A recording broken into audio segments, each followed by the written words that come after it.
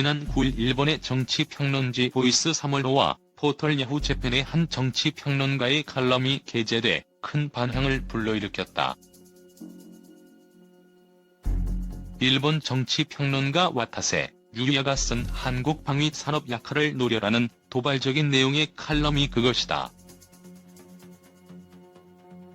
이 칼럼이 인터넷에 게시된 지 약 3일 만에 250개 이상의 댓글이 달려 야후 뉴스의 인기 콘텐츠로 자리 잡고 있으니 일본의 인터넷 여론에 비뚤어진 혐한 정서가 얼마나 심각한지 알만하다.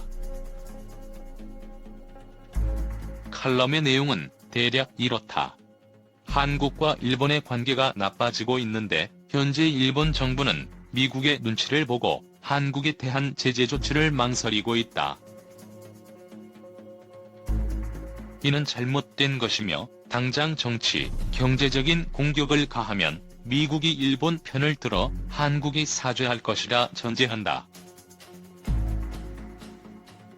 이를 위해 이제 앞으로 적이 될 한국의 군사력이 일본에 위협을 줄 수 없도록 한국의 방위 산업이 성장하지 못하도록 방해해야 한다는 것이다. 즉 한국의 방위 사업을 망하게 하면 일본과 한국의 분쟁이 생기더라도 국방력이 약하니 일본을 실제적으로 위협하지 못할 것이고, 이를 위해 군함을 건조하는 대우조선 해양 DSME에 공적 자금을 투입하는 것을 제소하는 등 가능한 모든 방법을 동원해 한국의 국방 예산과 국방력을 약화시키는 전투를 하자는 것이다. 이 칼럼을 본 일본 누리꾼들은 한국산 무기는 비싸고 품질이 나빠 비리 덩어리 지극히 성실한 칼럼이지만 일본 내의 반일 친한 단체 때문에 이런 정책이 진행되지 않는다, 이런 말을 하는 사람이 총리가 돼야 한다 등 칼럼니스트에 대한 칭찬과 호평 일색이다.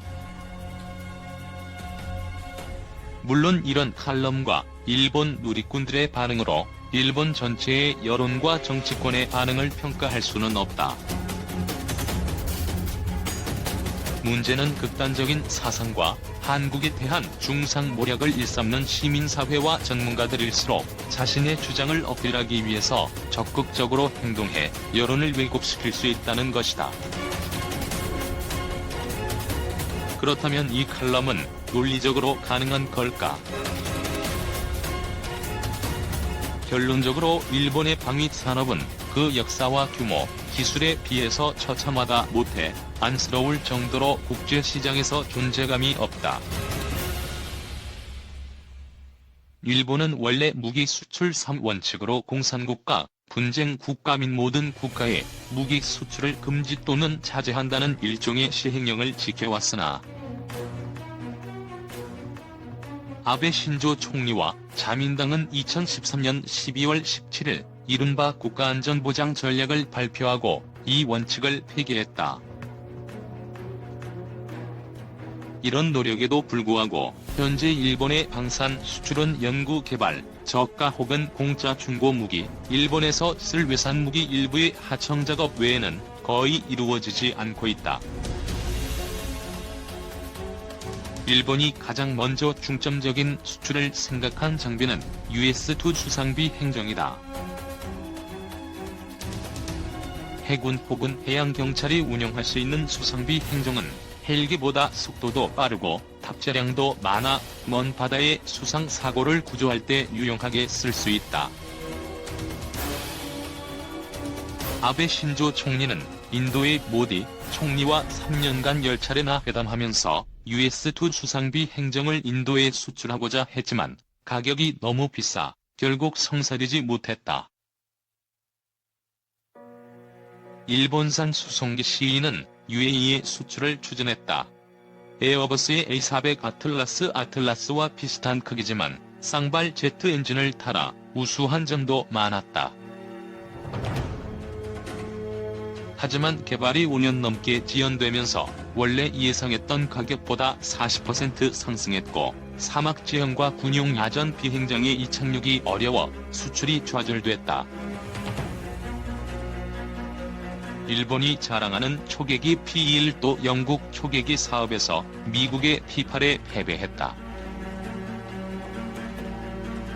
가장 쓰라린 실패는 호주의 SEA-1000 사업이다. 호주의 토니 에벗 총리는 친일 노선으로 일본의 소류급 잠수함 도입을 적극 추진했지만 정권이 바뀌고 경쟁 입찰 끝에 프랑스에게 패배했다. 이처럼 일본 방위 사업이 국제시장에서 굴욕당하고 있는 것은 과도한 자신감과 오만한 세일즈 방식에 있지만 가장 결정적인 것은 안일한 발상으로 수요자가 원하는 맞춤형 제품 생산에 실패하고 일본제 무기에서만 찾아볼 수 있는 갈라파고스적 특징을 가지고 있기 때문이다. 일본은 첨단 기술을 사용해 그들의 독특한 전투 개념과 요구사항을 만족시키는 무기를 만드는데 시중의 수요자인 외국군이 어떤 고민을 하고 어떤 개념으로 싸울 것인지에 대해 관심이 적다.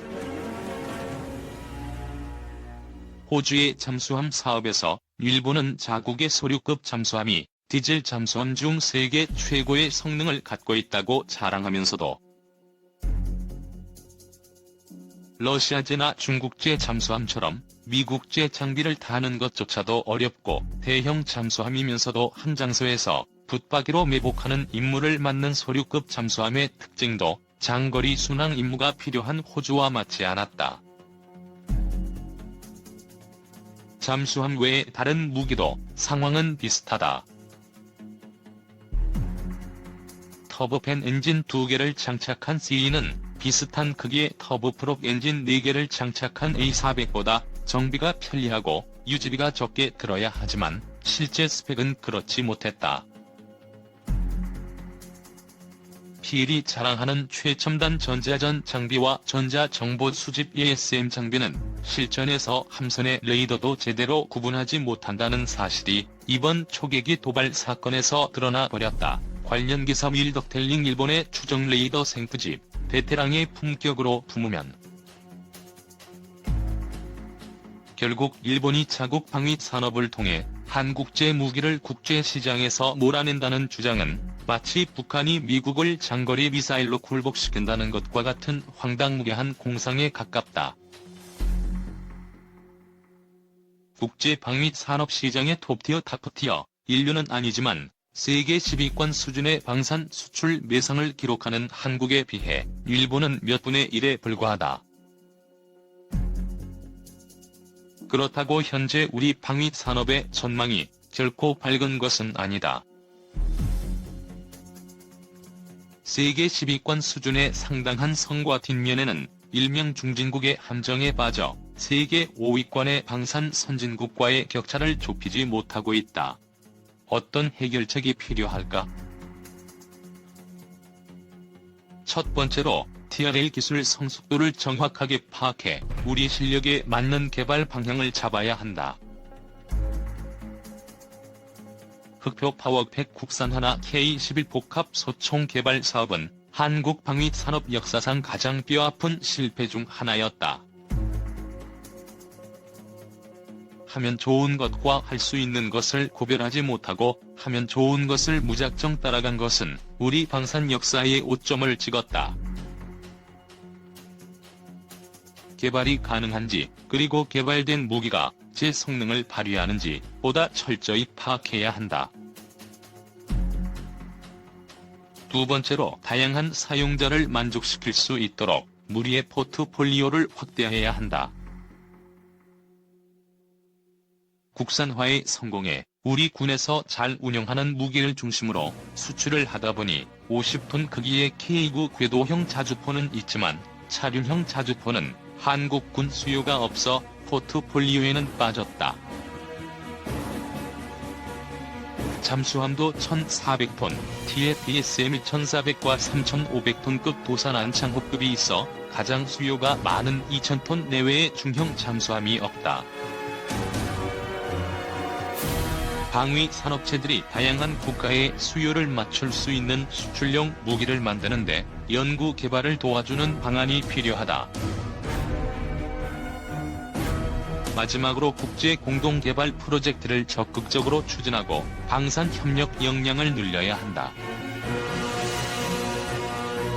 일본은 지상 배치형 이지스 시스템이나 F-35 스텔스 전투기를 도입할 때 일본산 안테나를 장착하거나 공대공 미사일을 공동 개발하는 등 해외 무기 체계의 자국사 장비와 부품을 추가하려고 노력한다. 우리 역시 지대지 미사일, 함정 수직 발사기, 장갑 차량 현가 장비, 장갑 차용 사격 통제 장비, 항공무장, 표적 획득 장비 등 해외 무기 체계에 우리의 제품과 부품을 결합해 공동 마케팅에 도전하는 것을 좀 더 적극적으로 추진해야 한다.